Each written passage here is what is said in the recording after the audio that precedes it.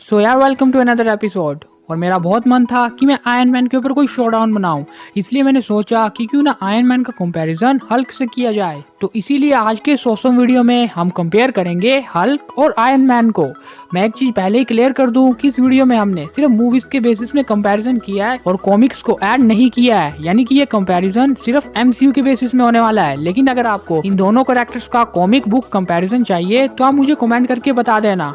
और इस वीडियो को हमने और पॉपुलर बनाने के लिए इस वीडियो को लाइक हम 200 लाइक्स पे रखा है। तो आई होप आप वो कंप्लीट कर ही दोगे और मुझे पता है कि आप वो कंप्लीट कर ही देते हो। तो फटाफट से चैनल को सब्सक्राइब करके बगल वाले बेल आइकन को दबा दो और इस स्टूडियो में चलो।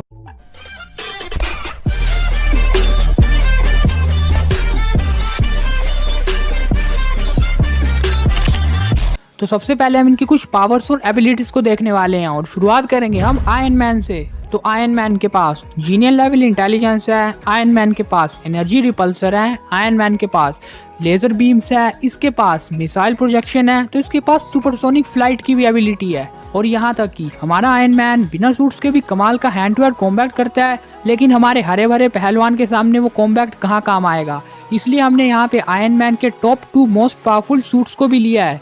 और आयरन मैन के टॉप 2 मोस्ट पावरफुल सूट है मार्क 50 यानी ब्लीडिंग एज आर्मर और मार्क 85। तो अगर बात करें ब्लीडिंग एज आर्मर की, तो ब्लीडिंग एज आर्मर एक ऐसा सूट है जो नैनो टेक्नोलॉजी से बना है और औसम बात कि आयरन मैन के दिमाग के हिसाब से काम करता है। और इस सूट की मदद से आयरन मैन किसी भी टाइप की शेप को फॉर्म कर सकता है, यानी कि आयरन मैन को बस ये सोचना है कि कौन सी शेप फॉर्म करनी है और उसका वो सूट उसे वो शेप फॉर्म करके देगा। और अगर बात करें सूट्स के अल्टीमेट फीचर्स की, तो इस सूट्स के पास एंडलेस फीचर है। इस सूट के पास वाइड वैरायटी ऑफ मिसाइल्स है, थ्रस्टर्स है, कैनन्स है, ब्लेड्स है, हैमर है और यहाँ तक कि एक प्रोटेक्टिव शील्ड भी है। इस सूट के अंदर विंग्स, फ्रीजिंग स्प्रे और ग्लासेस तक इंक्लूड किए हुए हैं और कैमरा भी है।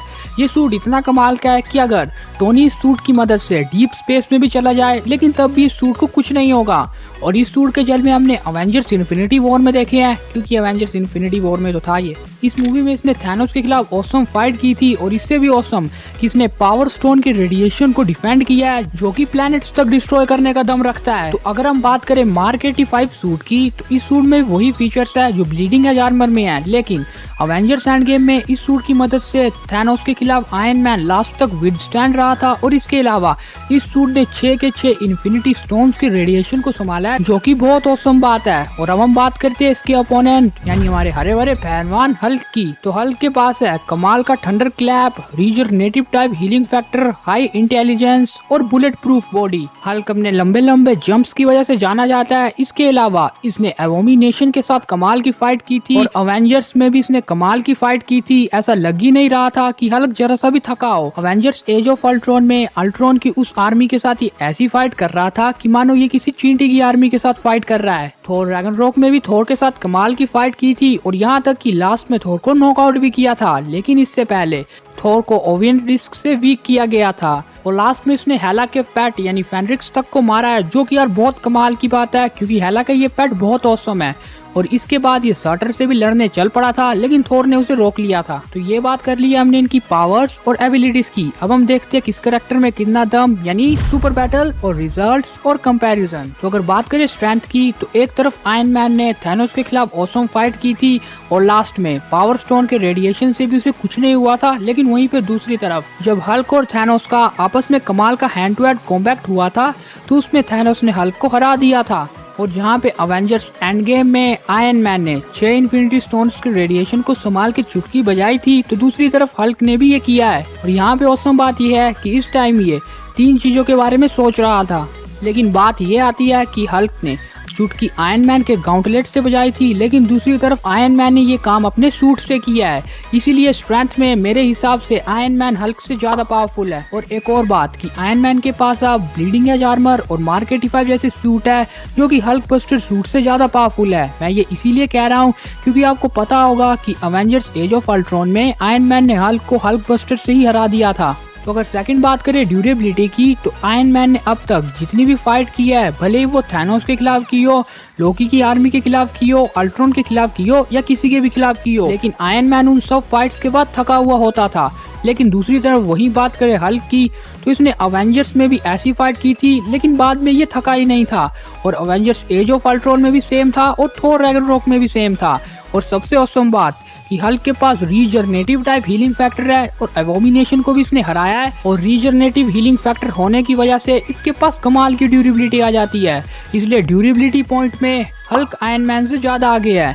थर्ड बात करें स्पीड की तो हल्क 103 किलोमीटर पर आवर की स्पीड से दौड़ता है, लेकिन हल्क अपने स्पीड की वजह से नहीं, अपने जंप्स की वजह से जाना जाता है। इसीलिए अगर बात करें इसके जंप्स की तो हल्क 1 सेकंड में 30 मीटर तक का जंप कर सकता है, यानी 1 मिनट में 1800 मीटर्स और 1 आवर में 1,08,000 मीटर्स, यानी कि हल्क 108 किलोमीटर पर आवर की स्पीड से जंप कर सकता है। और दूसरी तरफ iron man 12.5 time the speed of sound से ट्रेवल करता है, यानी कि 15,558.48 किलोमीटर पर आवर की स्पीड से।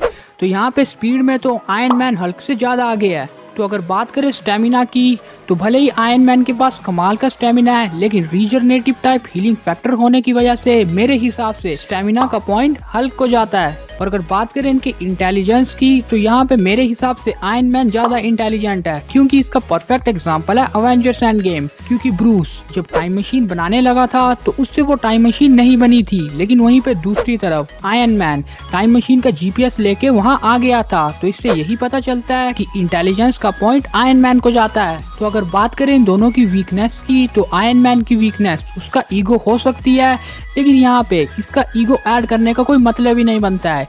और अगर आयरन मैन की मेन वीकनेस की बात करें तो वो है उसका आर्क रिएक्टर। और अगर हल्क लगातार आयरन मैन के आर्क रिएक्टर पे अटैक करता रहा तो ये टूट भी सकता है। तो बात करें हल्क की वीकनेस की तो आप सभी को पता है कि हल्क जितना ज्यादा गुस्से में होता है उतनी उसकी पावर्स तो बढ़ती है, लेकिन यहाँ पे उसका दिमाग उतना ही कमजोर होता जाता है। तो अगर इस टाइम हल्क के खिलाफ कोई ऐसा ओपोनेंट हो जो कि अपने दिमाग का बहुत अच्छे तरीके से इस्तेमाल करता हो तो शायद वो हल्क को नॉकआउट भी कर सकता है। और पूरे एमसीयू में ऐसा और कोई नहीं बल्कि आयरन मैन ही है। तो इसीलिए अगर हल्क ज्यादा गुस्से में होगा तो आयरन मैन अपने तेज दिमाग की वजह से उसे नॉकआउट कर सकता है। और यही बात आयरन मैन को कहीं ना कहीं एडवांटेज जरूर देगी।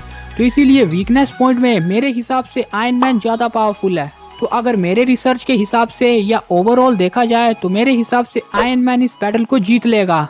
लेकिन गाइस ये तो बस मेरा ओपिनियन था, और यहाँ पे मेरा ही नहीं बल्कि आप सब लोगों का भी ओपिनियन उतना ही जरूरी है जितना यार हम सब का होता है। इसीलिए फटाफट से अपना ओपिनियन कमेंट में लिख दो, और ये भी बताओ कि वीडियो कैसी लगी है। अपने फेवरेट सुपर हीरो का नाम भी कमेंट्स में लिखो, और वीडियो पसंद आई होगी तो इसे एक लाइक छोड़ देना, इस वीडियो को खुल के शेयर कर देना। और हाँ, सब्सक्राइब किए बिना तो कोई जाएगा ही नहीं, इसलिए फटाफट से सब्सक्राइब करो और बेल आइकन को भी दबाओ ताकि आप सब लोगों को हमारे वीडियोस की नोटिफिकेशन सबसे पहले मिले। तो अब हम मिलेंगे नए किसी फ्रेश एपिसोड में, तब तक के लिए good bye and never forget it's your super hero studios and you all are super heroes 10। So SS10 assembled।